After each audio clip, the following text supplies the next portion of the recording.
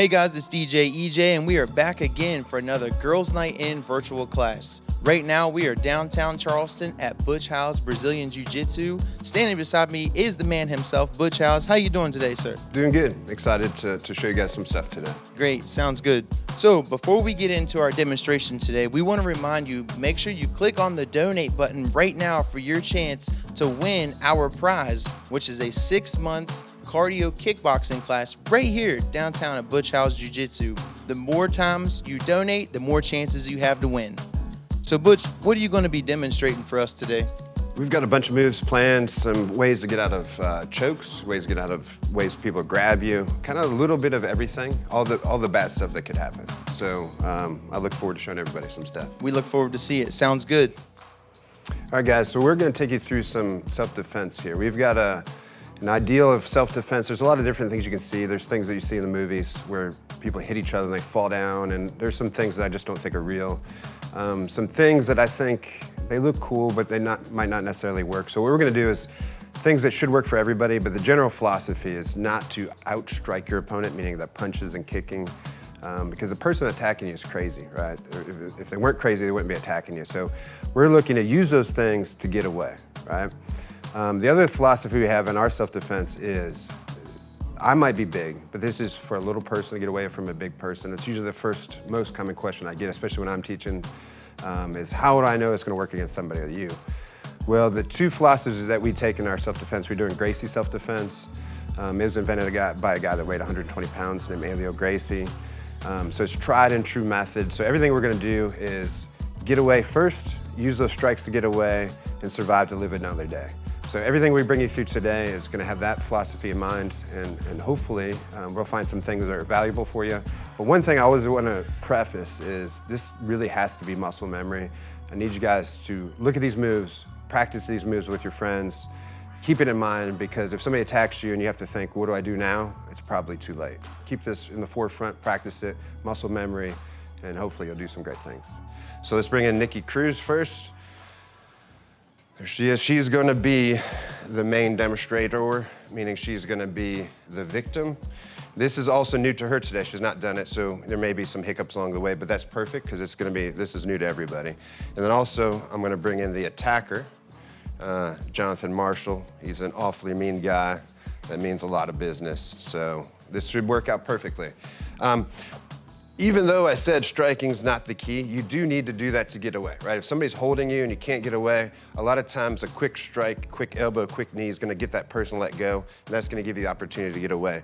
So that seems easier said than done. Everybody thinks I already know how to do that, but the reason I wanna demonstrate this is a lot of us are professional fighters. We come to this gym and that's what we do. We do boxing, kickboxing, jiu-jitsu, MMA. We punch each other all day, and guess what happens? We hit each other back. So realistically, you're just not gonna hit somebody like the movies and that's gonna be the end. It's more of a means to get away. So we're gonna go over that real quick, and I want Nikki to demonstrate an elbow and a knee, because this is gonna be the philosophy of getting away. So let me get this pad here and we'll get started here. So what I'll have them do is kind of work through the moves, and I'll talk here. Let me move here a little bit. So, all right, so the first technique we're gonna do is a knee. So why this is important, your knee's super hard. It's a close-up attack, because most of these things, when I grab somebody, we're gonna be this far. So realistically, throwing a punch from here, it's harder than people think. So elbows and knees, because it's a short, close-range distance. But let's start with the knee first. Nikki's gonna grab behind the head, any part of the body, pull him down as she explodes up as hard as she can. Do a couple more. Boom. Good. Perfect. One more.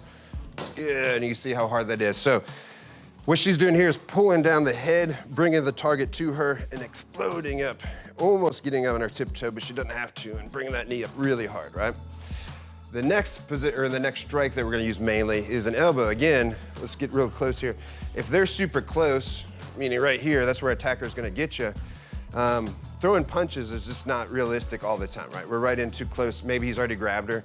So she's gonna be looking at elbow. So please demonstrate an elbow for us, Nikki. Yes, yes.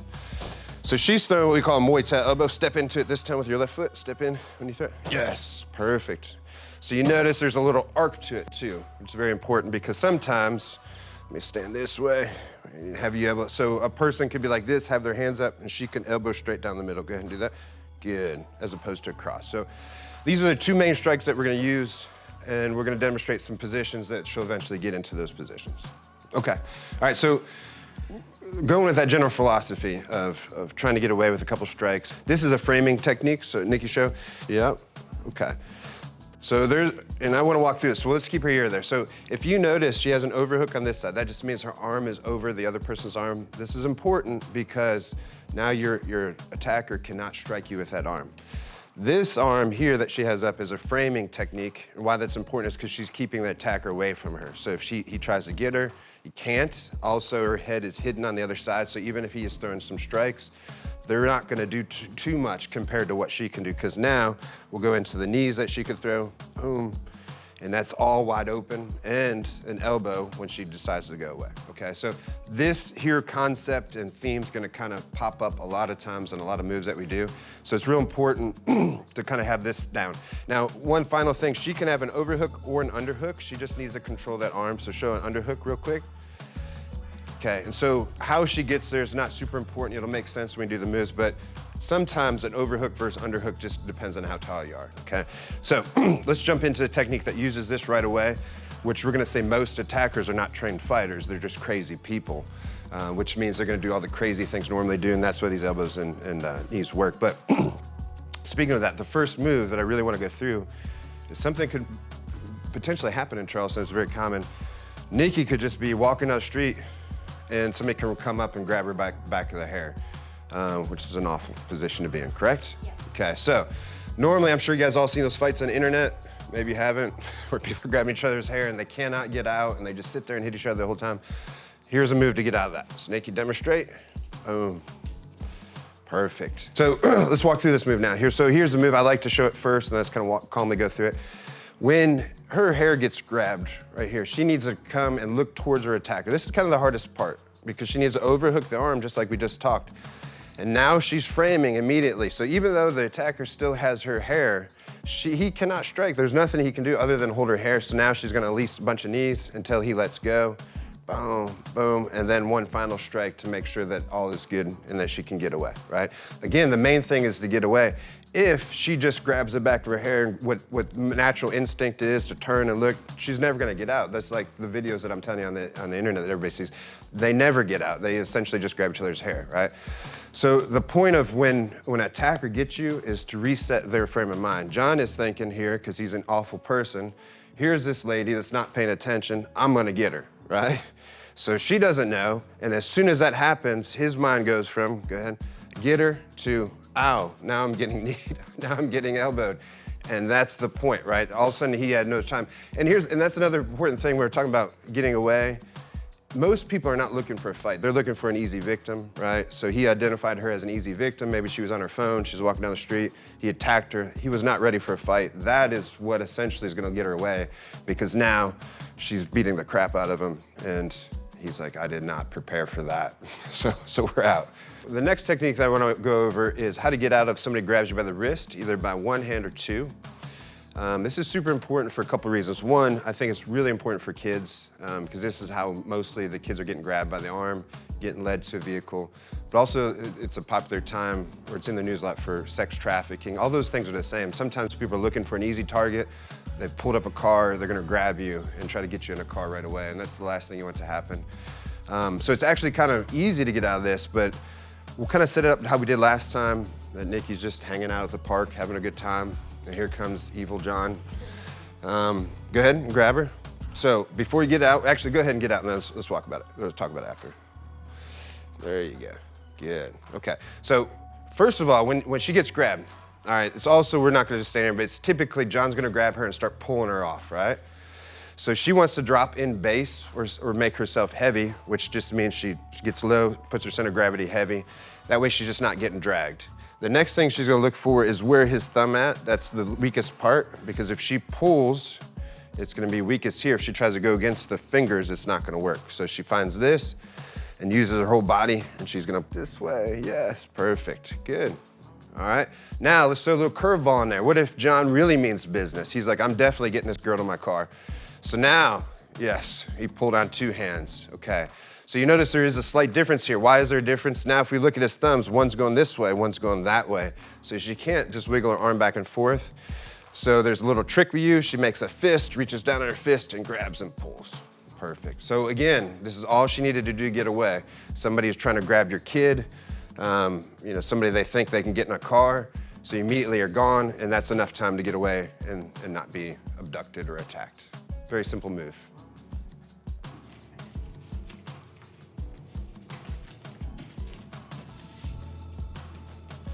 Should I do it again? All right, so coming off what we just did, which was short grabs, collar grabs, however you want to put it, they're very similar to getting choked, right? So it's just obviously going up to the neck. And then clearly that means now we're in a situation where somebody actually has attacked you and done something and caused you physical harm. So the worst one, I think, would be if John, the evil attacker, grabbed her by the throat, two-handed, okay?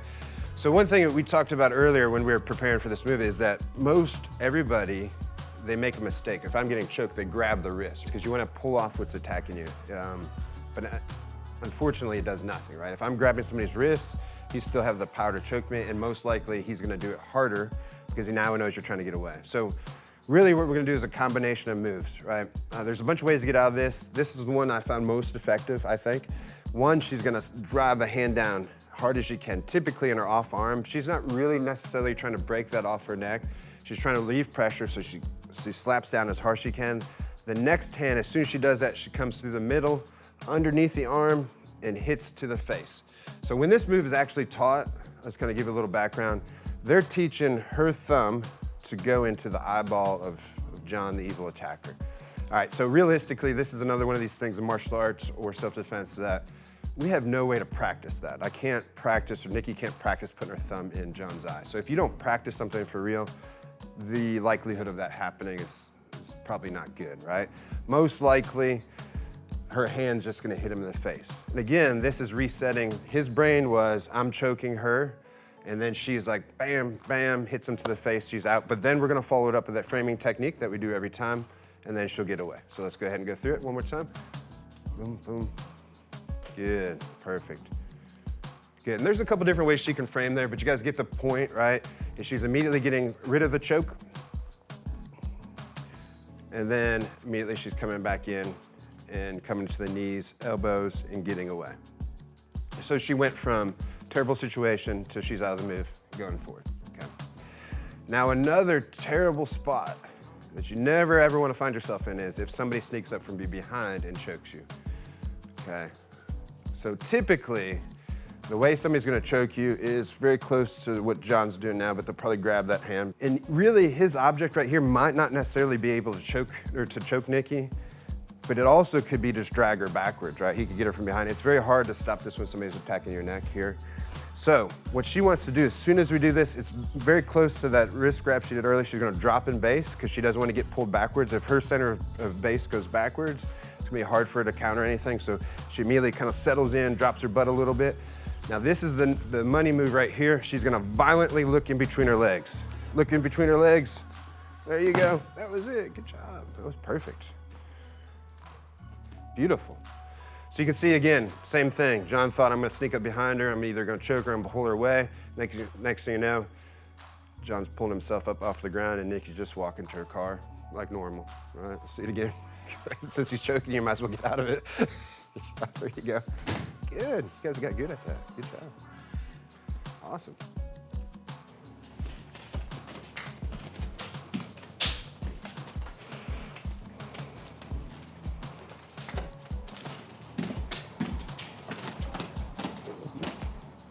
Beautiful, good job.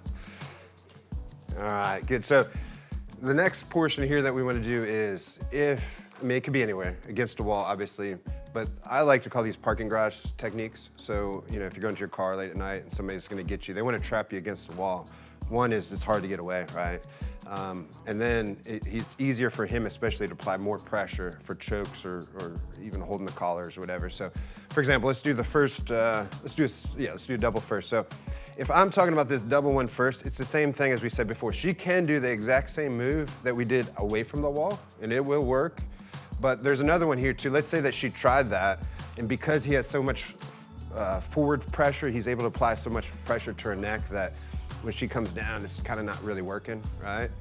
Perfect, yeah. So What she'll do then is she's gonna reach behind her head with both hands and just find a finger. It doesn't matter. It's not both sides. As soon as she gets a hold of one, she's gonna twist that thing as hard as she can. That relieves the pressure on her throat. She's taking care of the choke, clearly, but he's still gonna attack her, right? So just take step one, took it apart, or took away from the choke, and then step two is gonna be frame, finish with their knees and elbows again, okay? And at this point too, as soon as you can, let's do it again, I want you to turn and get away from the wall. That's the most important thing. You're gonna take your situation and make it better. So attack, boom, throw a couple knees, and then turn away. Get away from the wall. Good, away. Yeah, that's perfect, that's perfect. This you're fine. Make sense there? Okay. So the next object here, another way somebody's gonna hold you against the wall, and I think almost more common than the two-handed choke is gonna be the one-handed choke. The reason is because now Evil John's got this arm over here for his weapon. He could be talking to her, he could say, give me your wallet, give me your purse. This is the pointing hand, this is the weird hand, right? So if we go to those simple principles we did at the beginning, that you're gonna go where the weakest point is, and that's gonna be the thumb, she should knock the hand towards me, right? Now, if John's doing his job, his evil job correctly, it's not gonna be that easy because he's gonna be pushing her against the wall, right? So as she knocks that forward, he's gonna fall forward, right? So what I like to do in this situation is as soon as she knocks the hand off, she's gonna look for a backwards elbow because he's gonna fall right into her. So go ahead and do that one quick. Hits, elbow, now she'll go straight into her frame. Knee, knee, knee, send him away. Perfect. And then she's off the wall. Good, perfect. All right, guys, so let's talk about what just happened there.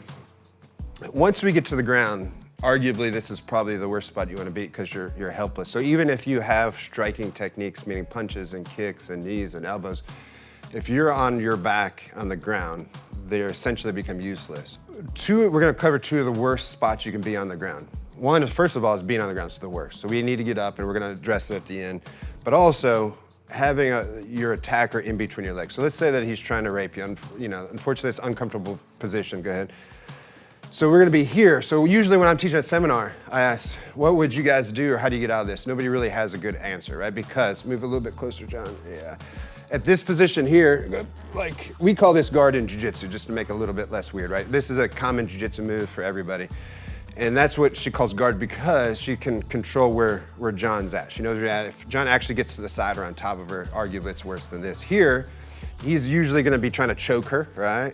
Do something like that or have a weapon. So it would seem simple. What I want to happen right now is I want Nikki to get her legs up, but if she just tries to pull her legs up and kick John in the face right now, she cannot. Multiple reasons. One, John's arm's in the way and he's so close that she can't get distance. So what she needs to do simply, and this is the part that nobody thinks of, is put her feet on the ground, scoot her butt away. We call it shrimping, okay? And then she'll stay on either side, stay on that left side there. And now she's gonna use that top leg to kick and kick and kick. And these are called up kicks. So anytime John tries to grab her, she's gonna kick. She's gonna use her feet. If she had to use them both as a bicycle, she would. Bam, bam, bam, bam. There's not a whole lot she can do. And eventually she wants to get a kick so hard that she creates enough distance that she can get up. So she's gonna kick hard. And then even this situation, we call that standing up in base. It looks like nothing happened there, but it's very simple. Let's kind of cover this real quick. John, you just stand there for me. So when we stand up in base, if you notice what she's gonna do, she's gonna put one arm back, okay? And then the opposite leg goes on the ground and she sits through and goes backwards. Why this is important is, let me show you the wrong way to get up. So when we get up as humans, we lean forward. So if there's an attacker here, now he can elbow her, he can knee her, he can re-engage the whole situation. So even though she kicked him away and got away, now she's back in the bad spot again. So she can't have that. She needs to do this position again, one hand there, and she's going in a backwards motion that way. This arm can protect if she's getting attacked, and she's gonna go backwards. So now if John runs after her, she's created enough distance to get away. And a common thing in our gym, we stand up like this always, because the same situation could be if we just took the same thing away where John was attacking her on the ground and Nikki's at a park sitting right here reading a book, and the guy comes over and is like stalking her, she needs to get up in that same exact fashion. Good, it's perfect. Okay. What I would argue slightly worse than that position here is what we call mount. All right, so we can obviously see why this is a bad position, right? So what Nikki needs to do is look at her opponent, which is the attacker, as a four-legged table, right? So 2 legs are on the arms, 2 legs are down here. That's the 4-legged table. So she needs to take out 2 of those legs on whatever side she's gonna go on to flip him over. All right, so let's say that John is sitting up first, striking her. How is she gonna make him a 4-legged table? She's gonna bridge, bump him forward. As soon as that happens, now she's gonna attack whatever side. Go ahead, Nikki, show him what you would do. Good. Perfect. Good. So here's the lucky thing. Most girls are very strong in their legs, right? It doesn't matter. And his hips are over top of her hips. So when she bridges up like that, you notice her butt's off the ground, that's gonna force John to go forward, okay? Now, she doesn't wanna ruin this position. Now that he's forward, she's gotta trap an arm, trap the leg on the same time, same side. That makes him a 2-legged table. Now she uses that same bridging technique and this arm on this side to push as she bridges over. And that's gonna allow her to be on top. She can finish with strikes or get up, it doesn't matter. I want it to be to where John would attack Nikki and she doesn't think, all right, his arm's here, his leg's here, what do I do? By that time, John's probably moved on to different things. So it's gotta be immediately. So just remember, when we're practicing all these moves, any of these moves, just try to make it muscle memory, try to do as much as you can, so that way somebody comes up from me behind, grabs your hair, does this, anything, you just do it, you don't even know what you're doing, you're on autopilot and you're out in your way. So that's gonna be the most effective way to get out of this stuff. Thank you.